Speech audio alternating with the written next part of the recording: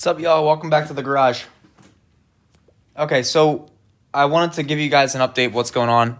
Motor hasn't changed. We're just trying to get the trans together at this point. So what we've done is we've put in the fifth gear. So we have a fifth gear ready to rock and roll. We have a 4.7 final drive. This is an LS countershaft, an LS main shaft, an LS differential and ring gear, LS bearings, LS case with GSR gear set, and a different fifth gear. So that means that third, fourth, and I think second are different. Everything else should be the same. Now, the problem I'm running into is when I'm trying to assemble it, it's not rotating super freely. So when you assemble one of these transmissions, it should always move really super freely. So this is a good LS transmission with a CAS differential and a 4.2 OEM final drive. This is an H4 spec transmission. Check it out. Really easy to rotate, Now, the problem I'm having is when I put this together, it's got this catch. It'll rotate smooth and catch and rotate smooth and catch.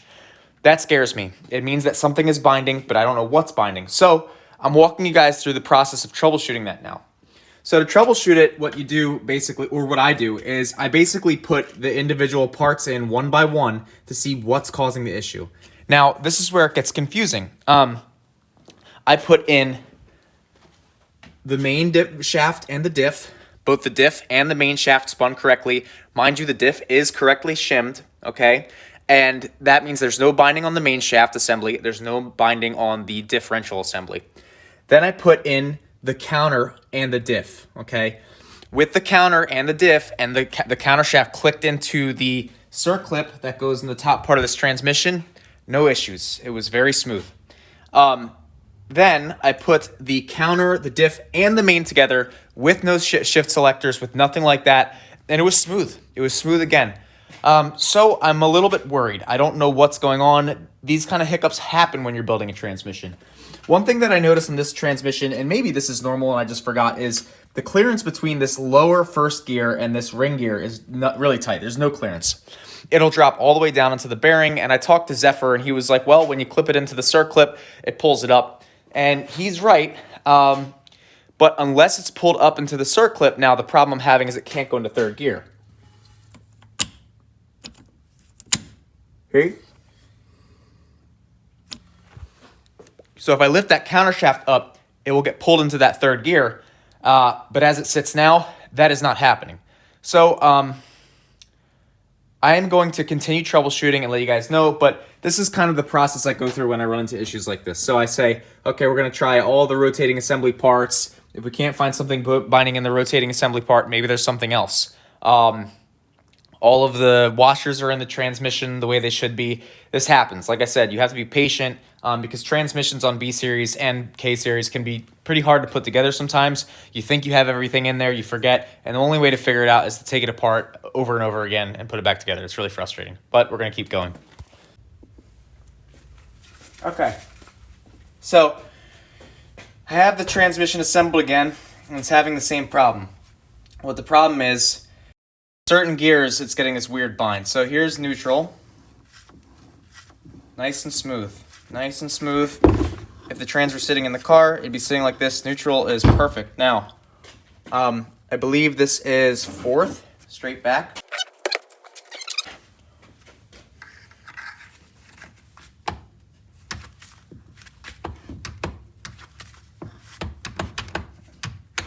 Okay.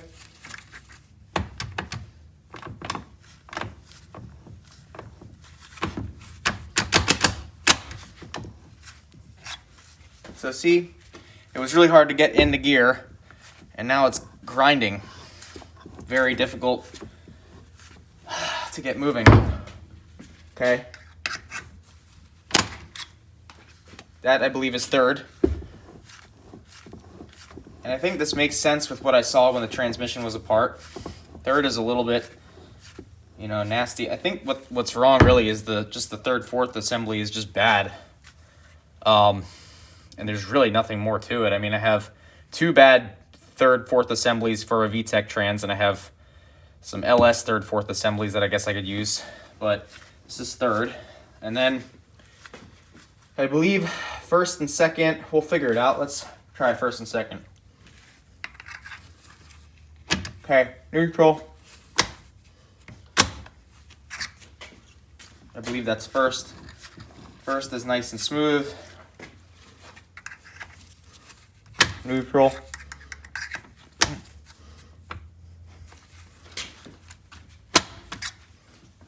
Second. Second's nice and smooth. Okay. Fifth. Fifth is also rough.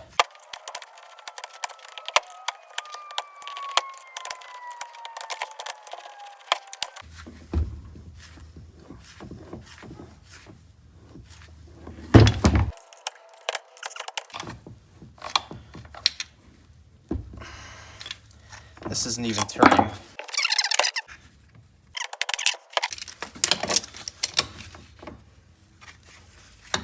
Wow. All right, y'all. So it's daytime now. It's about I think 3 p.m., 2 p.m. I got back from the gym, had some coffee in the morning. Tony made me some fresh roast. It was really good. And I decided to attack the transmission. So I talked to Zephyr last night, who's been racing Honda Challenge for forever.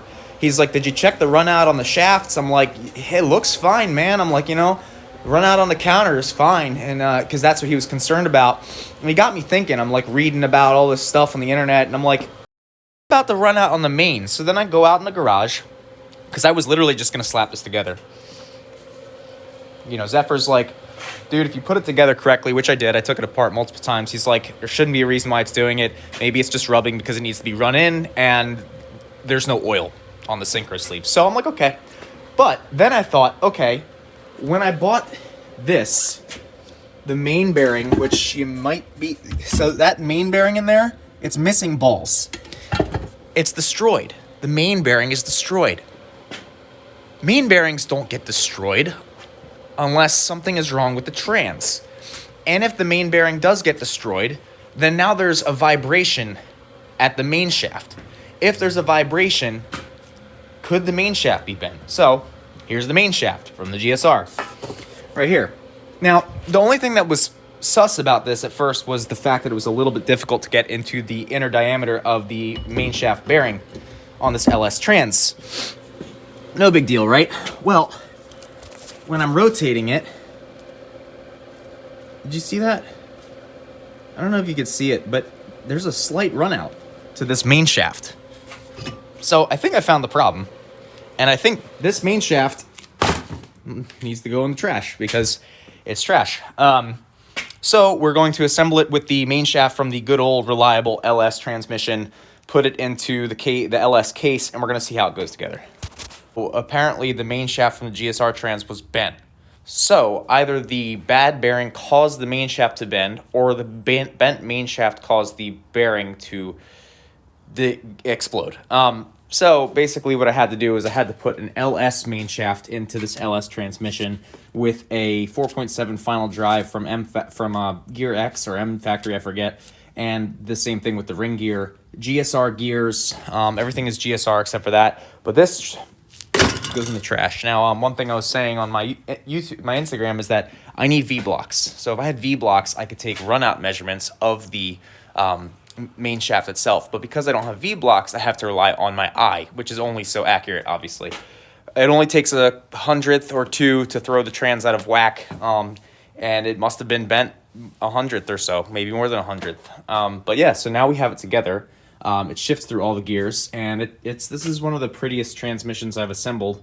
I didn't paint it, but I did paint the bolts. That will wash off with brake clean as soon as I put it on the car and break something, which is what I normally do.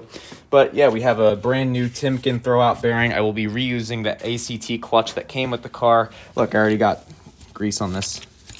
But yeah, so it's pretty much ready to go. Now what we have here, this is an S2000 intake throttle body. So this S2000 throttle body is a 62 millimeter, which is legal for Honda Challenge H2. It's cheaper than boring out a throttle body to be 62 millimeters. That's the widest width we can run in H2. And it's cheaper than finding a Type R throttle body, which is also 62 millimeters. So now we have a 62 millimeter throttle body. We have the Skunk 2 Gen 1 intake manifold with the water port on it. We are going to get a gasket, and we're going to put this intake manifold on the car, or this throttle body on the car. The cool thing about this is if you line it up, the sensors are the same too. So right here you can see that these top, I think they're pressure sensors, they are the same. And then over here, I think this is a throttle position sensor, it's the same. So that's awesome, means you can just throw it on, but I'm going to clean it first because it's pretty dirty, as you can see, and then we'll put it on the motor.